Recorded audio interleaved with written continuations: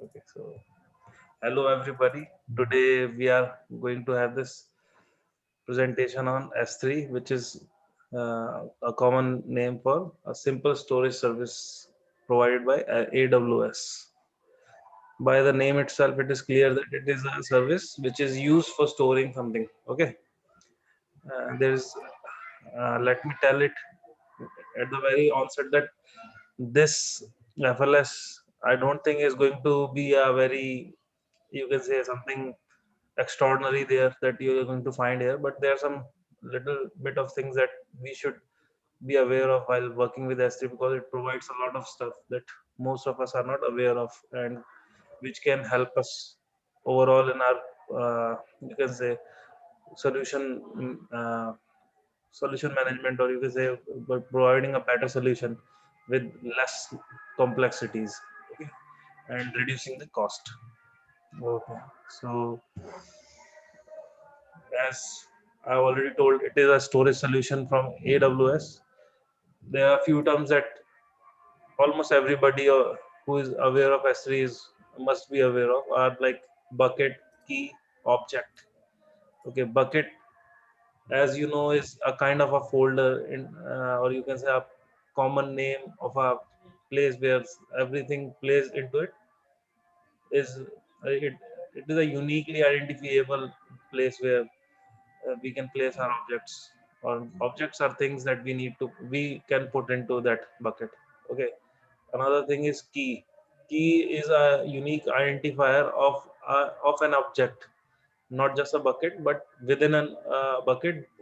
How to identify an object, to access it, we need to define a key while placing it into that bucket. Okay, key comprises of two partition and uh, prefix and object id. What object id is something, kind of any string that we want to give it. Okay, it could be anything. And prefix is pretty much like a folder or a directory structure that we generally put our objects into it.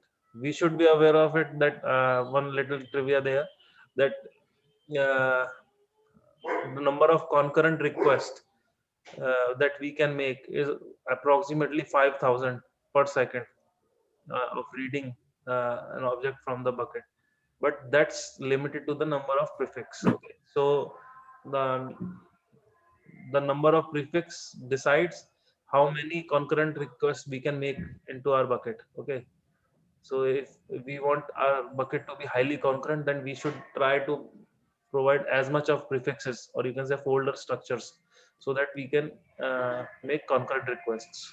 Okay. Okay, so if anybody has something to do or say, please just feel free to say anything. Okay.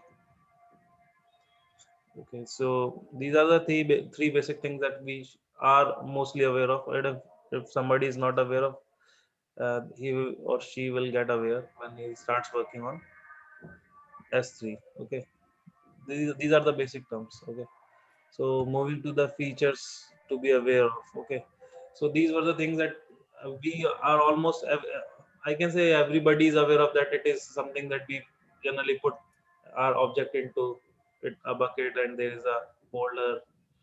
Speaking in normal language, of a normal window user would speak, that we are placing our objects into the bucket and then retrieving them on the requirement, as per the requirement. There are two things that features for storage management and storage classes that we should be aware of to, you can say, fully leverage the features provided by S3. Okay, so let's just move on to storage management first. Okay, so there are some batch operations that we can perform. Okay, we can perform on every object placed into our bucket. Okay, some that's like three written here are like mentioned over here are like object versioning, object locking, and replication. Just to give a brief description, object versioning is something like that. If you don't want to manually manage, say you are having a file and you are placing the file with every next change you are putting it into it and then giving a version name manually. You don't actually need to do that. In S3 there is an inherent feature which you can define. The person you have called is speaking to someone else. You can wait or call again. Okay. Uh, can somebody please You mute? have called is speaking to someone. Okay. Rishabh or DJ, please mute. I'm not the one. Okay. Rishabh. It's okay. Now we can actually move ahead. Okay. Okay. So object version, what I was saying is object versioning. By the name itself, it is pretty much clear that by versioning we means that if there is a some object and there is a newer version, we generally what we do is that, for example, say there is a file X in our system, and we are putting it syncing it with the S3. Okay. After some time, there are some changes. We are putting it again into the S3. uh, what generally people do is just create another folder for that and give another name to it by version, so just to keep both the copies of that file within itself. But we actually don't need that, because in S3 there is a feature called object versioning, which enables us to just simply place our object one upon another, and it will be the responsibility of S3 to maintain the versions. Okay. uh, I'll just show all those features in one go only, because they are almost interconnected. So we just first of all just go through the basic, you can say definition, or you can do introduction about these features. So next is object locking. Sometimes we are The person actually you have afraid, called is speaking. or we don't want our object to be lost or mistakenly deleted from the bucket. Okay. As you all must be aware of that, when there's something in our bucket and we try to delete the bucket is by inherently is quite safe. It won't allow us to delete the bucket, so chances of deleting a bucket from there is almost minimal, but mistake can happen at the lower level. Say we are going to delete it from the folder, or you can say the prefix, or whatever you want to say, delivery directory. If we are going to delete it from there, then we might lose that object. But if we don't want anybody to mistakenly delete it, we can use object locking. That won't allow deleting any object in that bucket. Okay. So third feature is like replication. Uh, if say for example we want our object to be replicated in two buckets, so maybe for some you can say legal purposes. Okay. So we want another bucket just to be sure that it is available in another availability zone, or is available another reason. There could be several other reasons that you want an object to be replicated to several other buckets. Okay. So we don't actually need to do this as well through the code, which was quite common until like recently. People would write a code to just place those things into different buckets. This can too be managed through the properties of S3 buckets only. Okay. So uh, next we can move on to the feature, is storage classes. Okay. Okay, yes, this is the next feature. It's the storage classes. Okay, so depending upon the frequency of access and speed at which we want our application to access our data, we can actually define different storage classes for a bucket, so that an object is stored in such a way that its cost is minimal. Okay. So uh, and if we want, uh, we know that there is an infrequent access to our data. We don't want to access this very frequently, and even if we want to access it frequently, its speed of access is not of that concern, and then we can play with different kind of storage classes. Okay. So just to go there, that everything I'm having here is nothing special. Everything is available on S3. It's AWS documentation itself. Okay. So like there you can see the S3 general purpose. Okay. Then we have intelligent tiering, and standard in the left hand side pane you can see S3 standard IA, one zone IA, glacier deep archive, outpost. The different kind of storage classes that we can use here. Okay, the standard one is the most expensive one and is the most fastest, or you can say fastest one of all the storages. Okay, we can access the object place here in you can say single digit milliseconds, you can say. Okay, so this storage class is generally preferred when it is also the default class, so it costs the maximum and is a default storage class. So if we are not going to change the storage classes of the objects of our bucket, then we are going to get charge maximum. Okay, by simply changing the property, we can tell from our own experience that we have reduced the billing of S3 storage to 50% just by simply changing the storage classes of our S3.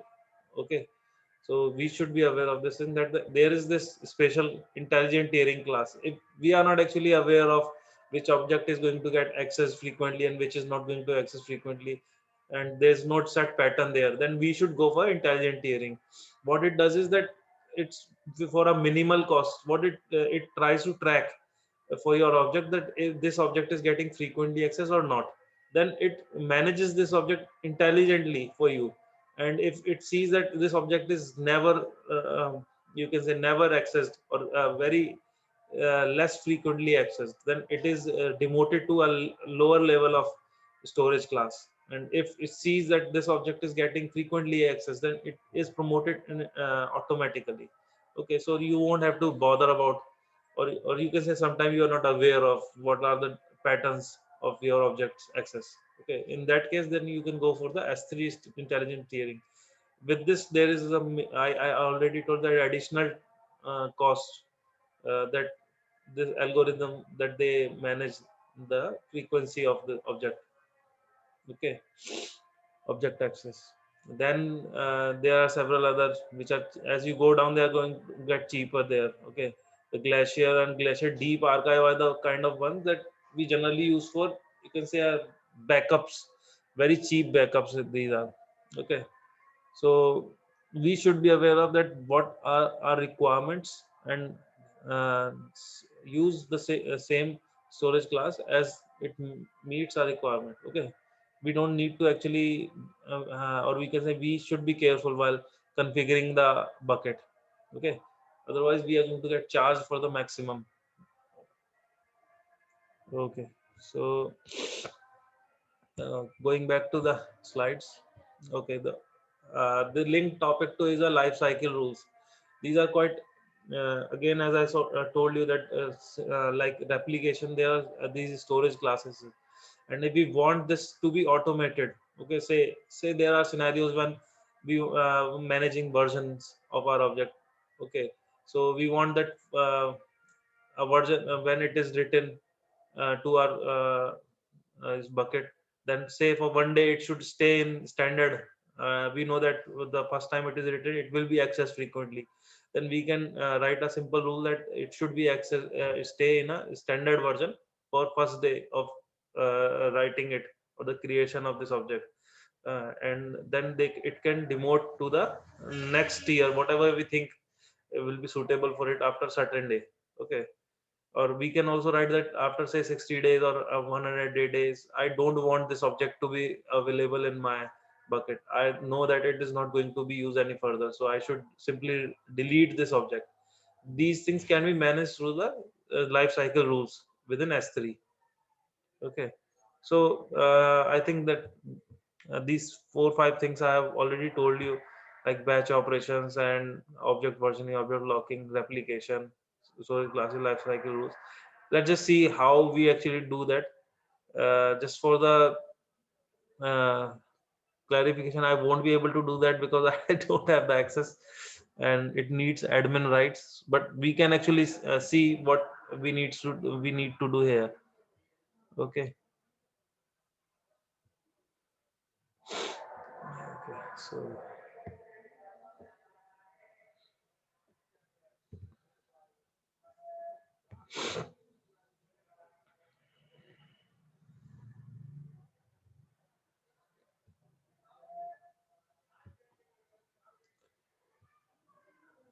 Okay. So is this visible to everyone, or Yes, it is. okay? So as you can say that there are several buckets in our S3 environment, so account. So we can just go to any You account are in, here. you are in SQS. Okay, okay, sorry, sorry.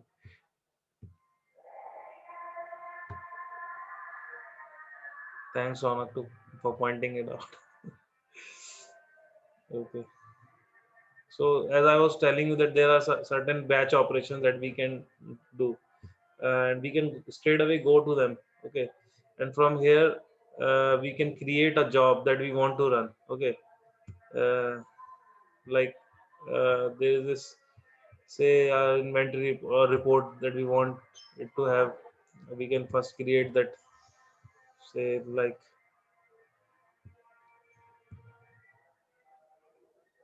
I'm just giving you some random name. It is not some valid things that I'm doing here.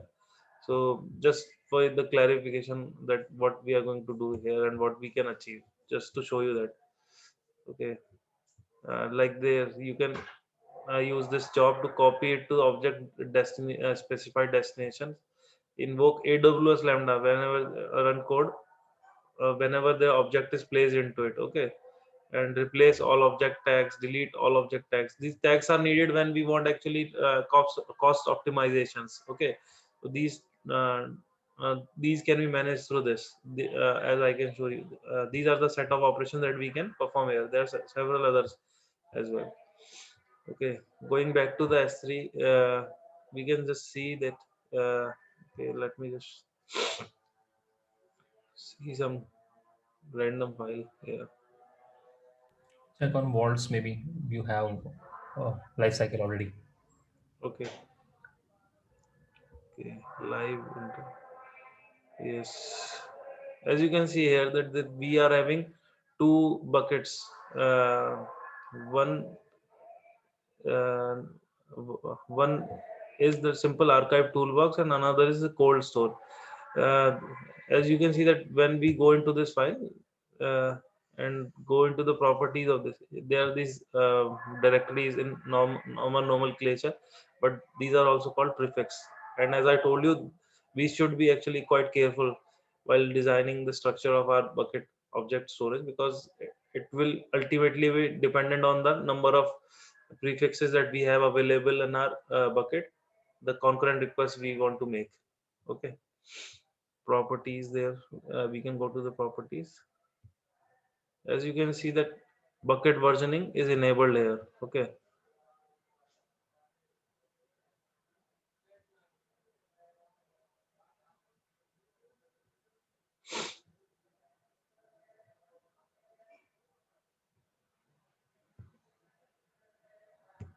why I'm showing you this is because this file, this bucket is actually a backup bucket for the one that I just showed you.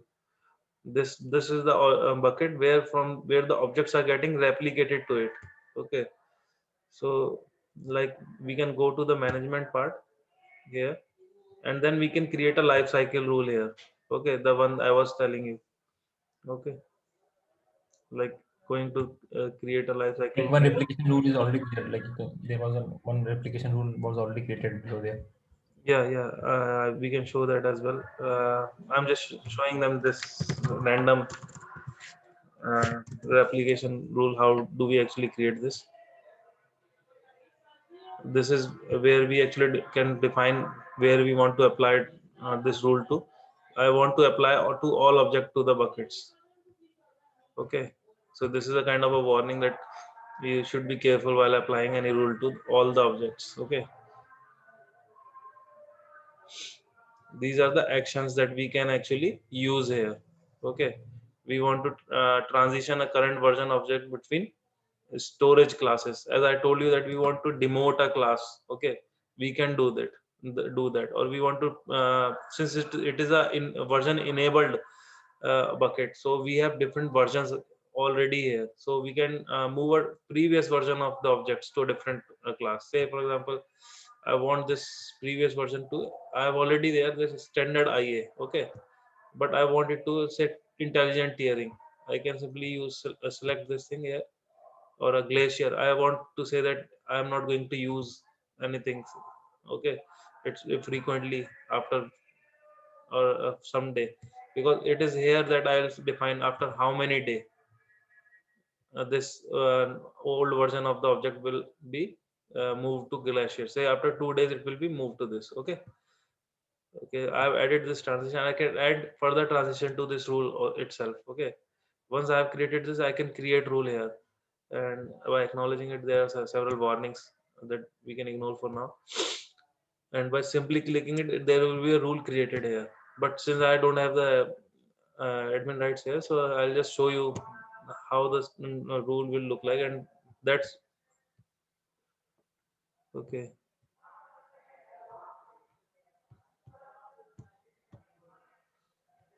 So we don't have any we actually don't have any life cycle rule here. That is the replication action that actually we might have created. Going to the management again, and as we can see that there are replication rules that we have created here, okay.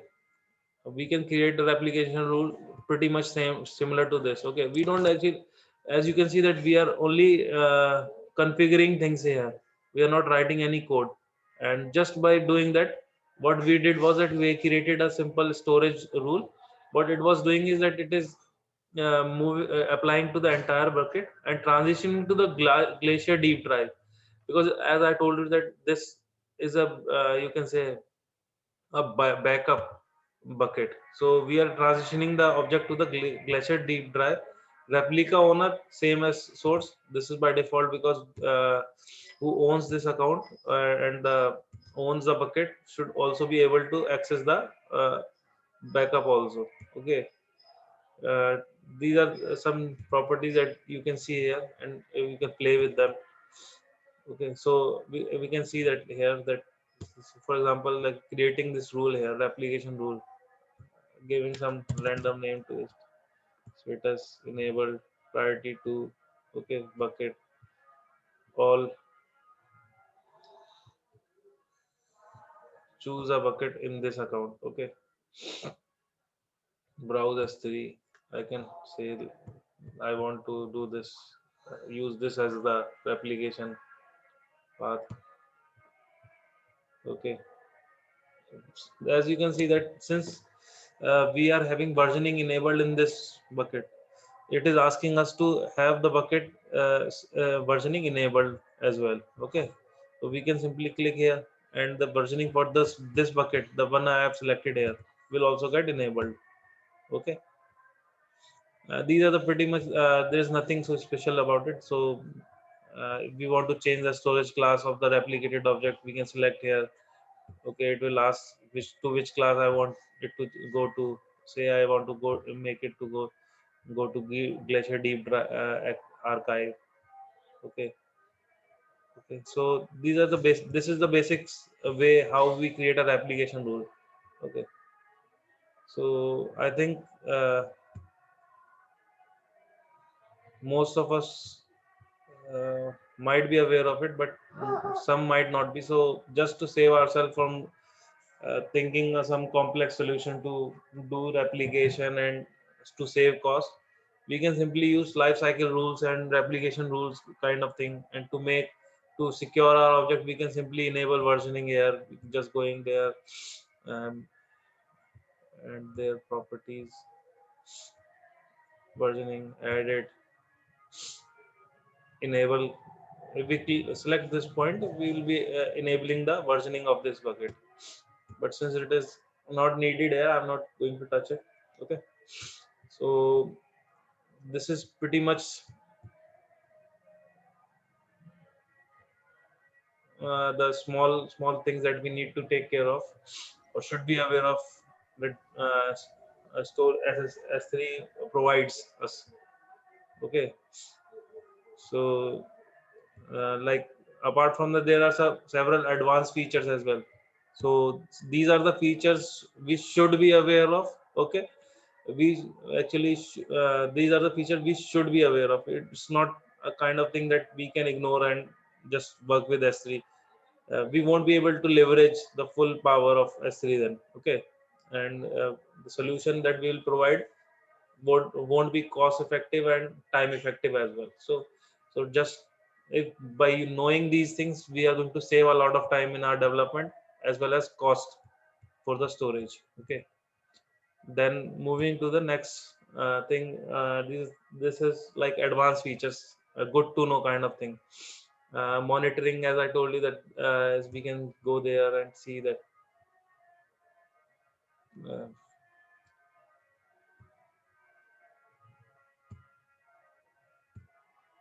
okay, so as you can see that there are several.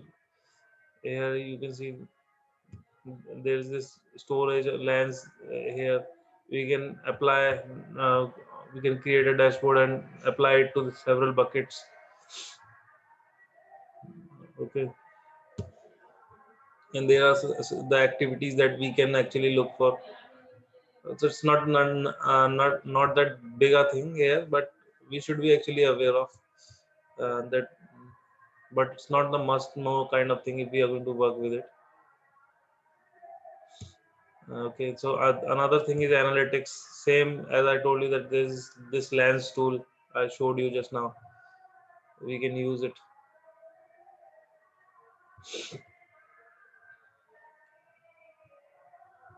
This storage lens is kind of analytic.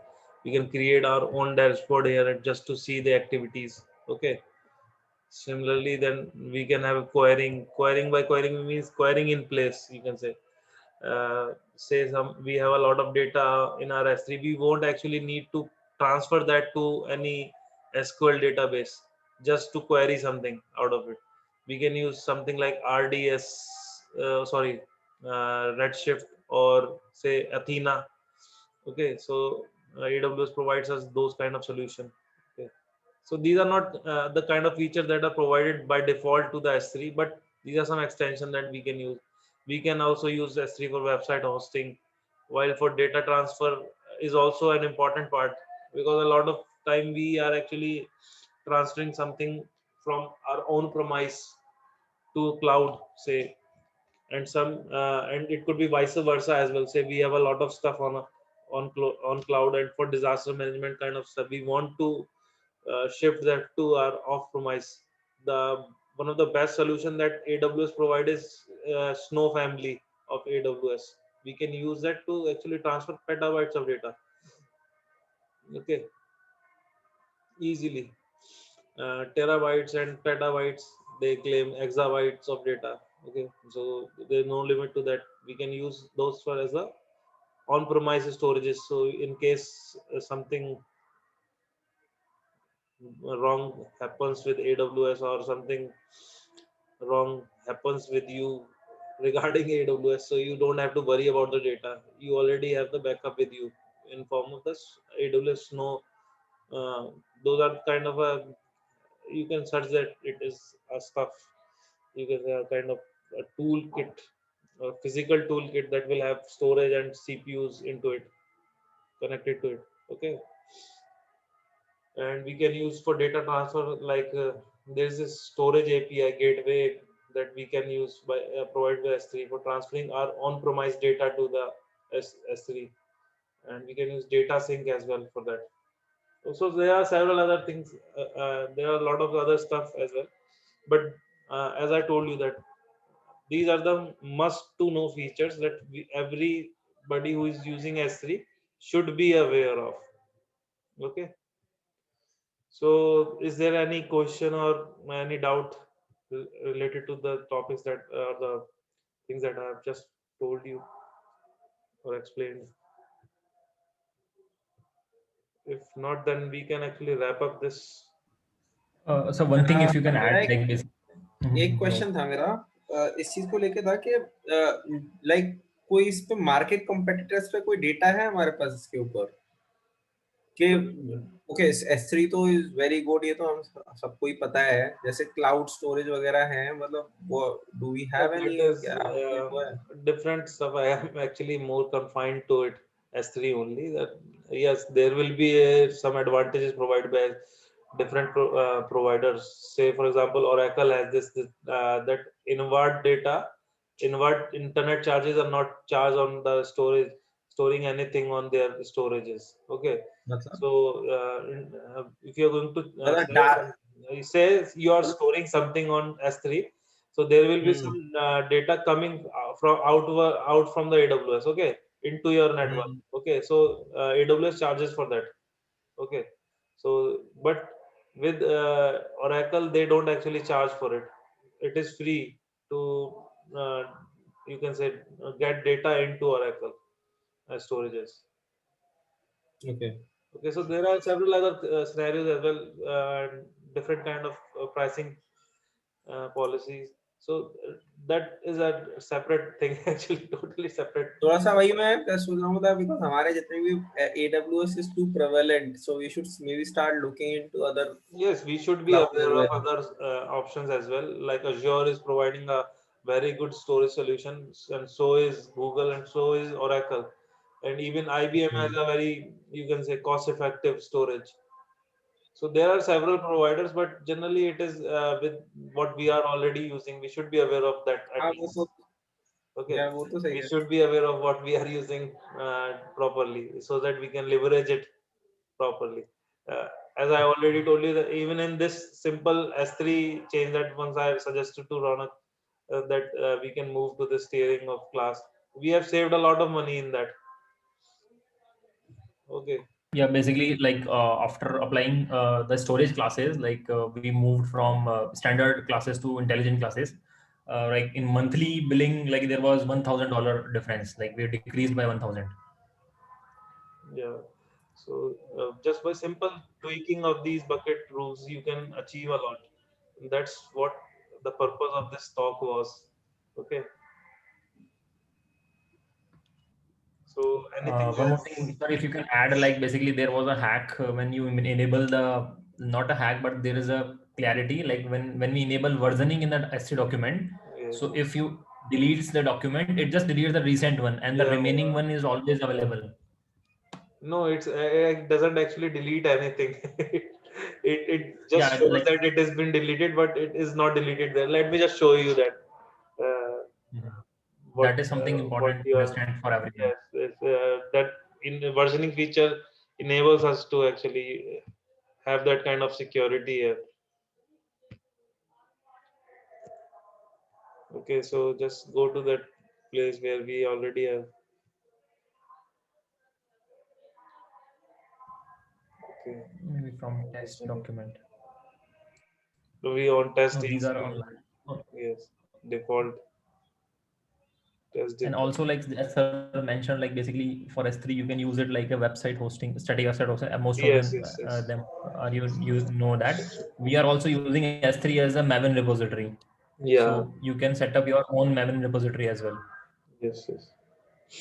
Yes, we can use a Maven repository. We can even use it for, say, for Lambda function. We want something to be, you can CI/CD pipeline. We can use S3 as a storage place where we want to put our archive there, and then passing it to the Lambda function. We can easily configure that S3 for that usage as well. So there are several usage there. Okay. So there's nothing, no objects here. Let me just create one. Let me just first check if versioning is enabled of this or not. It is enabled, as we can see here. It is enabled. Just let me create one folder.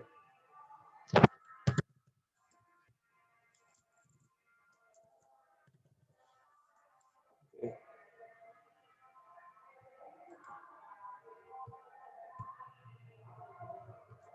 Okay. And then upload something into it.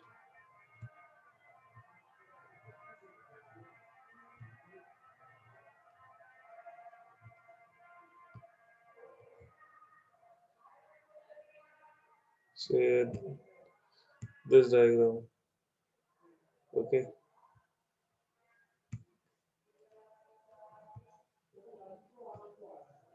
Uploading it.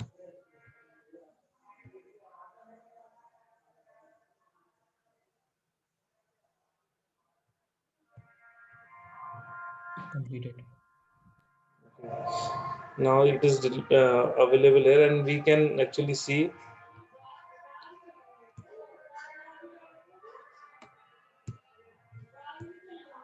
list version. Okay, they have changed the UI. Okay, so over here you can say this version ID is automatically provided to it when we uploaded it this object here. Okay, say for example I'm going to upload next one more of this same file.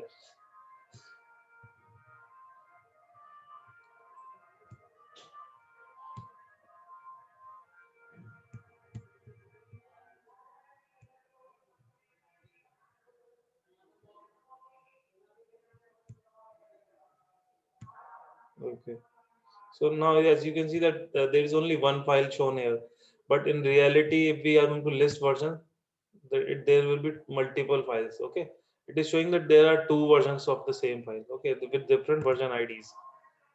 Okay, now just for the fun sakes we can do one thing here. We can go to this and then say delete it, delete the files.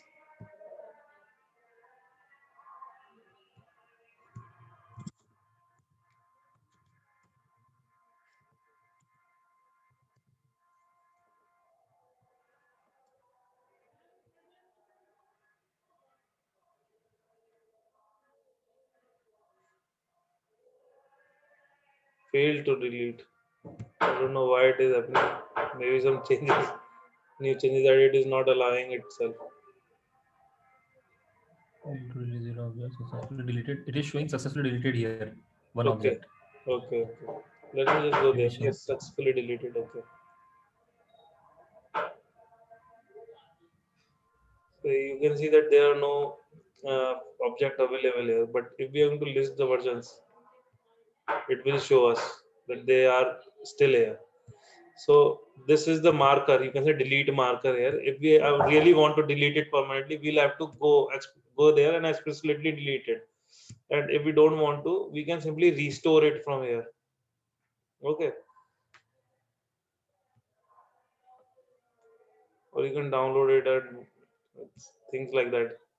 Okay. I think if you delete that marker, it will be Yes, give. it will be permanently deleted. If I really want to delete it, I have to actually come here and then use this part as like this, and then select it and then delete it. Only then these files will be deleted. Now it is showing that it can't be undone. Now it's asking me to write permanently delete. Okay.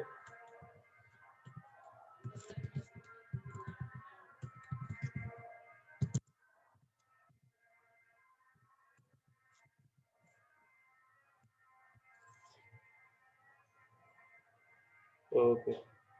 Successfully deleted 3 objects. Now we won't be able to find any object here, even if we are going to list the versions. Okay, so that's what something that we should be aware of while working with versions. And if we didn't want actually to have it be deleted, even with this feature, we could have used object locking feature, but that has to be used just at the creation time of the bucket. We cannot it post create enable at that. Okay, post creation it won't be, you won't be able to enable it on your bucket. Okay, if you want your object with a data that you don't want to be deleted ever, then you should use object locking at the creation time itself. Okay, so this is it from our side. Anything else?